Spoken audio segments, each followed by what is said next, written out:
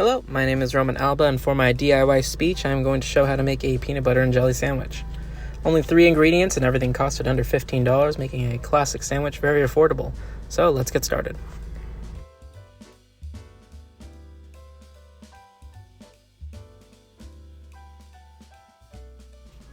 For your ingredients, you're going to need bread, some jam or jelly, and some peanut butter. For this PB&J, I went with some classic whole wheat bread. You can use whatever bread you'd like, but I went with whole wheat today. You're going to start out by getting your 2 slices of bread and putting them on the plate, just to get everything all ready. After that, go ahead and get your jar of peanut butter. For today's sandwich, I went with crunchy peanut butter, store brand. I personally love the texture and crunch that you get with this type of peanut butter, but whatever suits your preference, go ahead and add that onto the sandwich. Now, it's also important to notice that you should only have peanut butter on one slice of bread.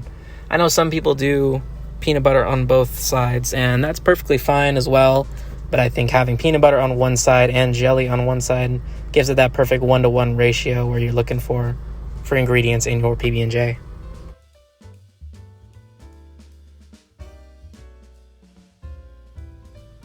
Right now, I am adding some more peanut butter to the sandwich. I want to make sure that the entire surface of the bread has peanut butter on it. I don't want to bite down on my sandwich and just eat bread.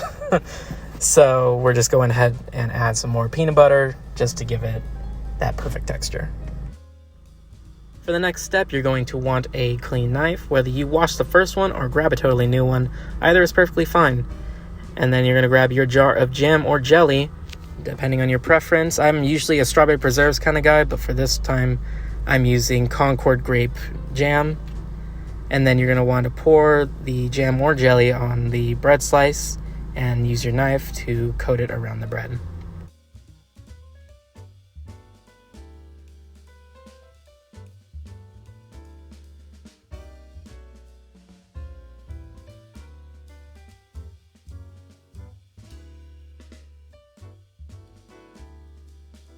As with the PB, you're going to want to spread it across the entirety of the bread slice. You want to make sure you maintain that 1-to-1 ratio with the peanut butter and maybe add a bit more of jam just to make sure that you get it evenly across the bread.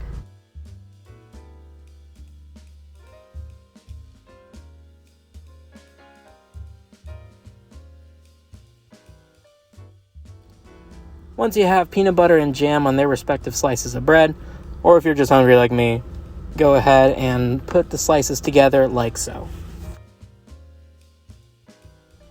And there you have it, a peanut butter and jelly sandwich. For a fancy approach, you can slice the bread diagonally, vertically, horizontally, whatever is your preference, or if you just want to keep the sandwich together.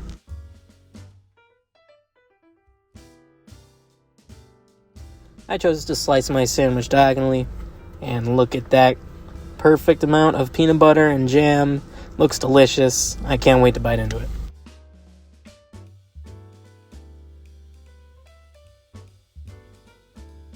And what's crazy about PB&Js is how much you can change the sandwich and it'll still be a PB&J. For instance, with the bread, I used wheat bread today, but you can also use hot dog buns since you might have some of that after 4th of July. And get this, tortillas. You're going to have to trust me on this, but tortillas with Nutella and bananas are pretty delicious.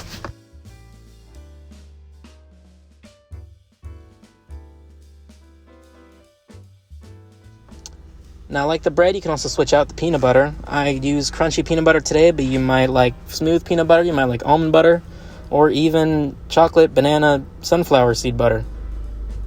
Didn't even know that existed, but here it is.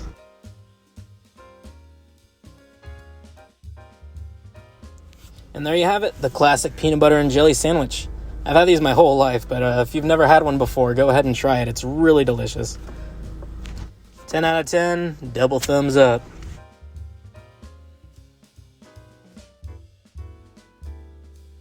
Now, as always, once you're done cooking, make sure to clean up.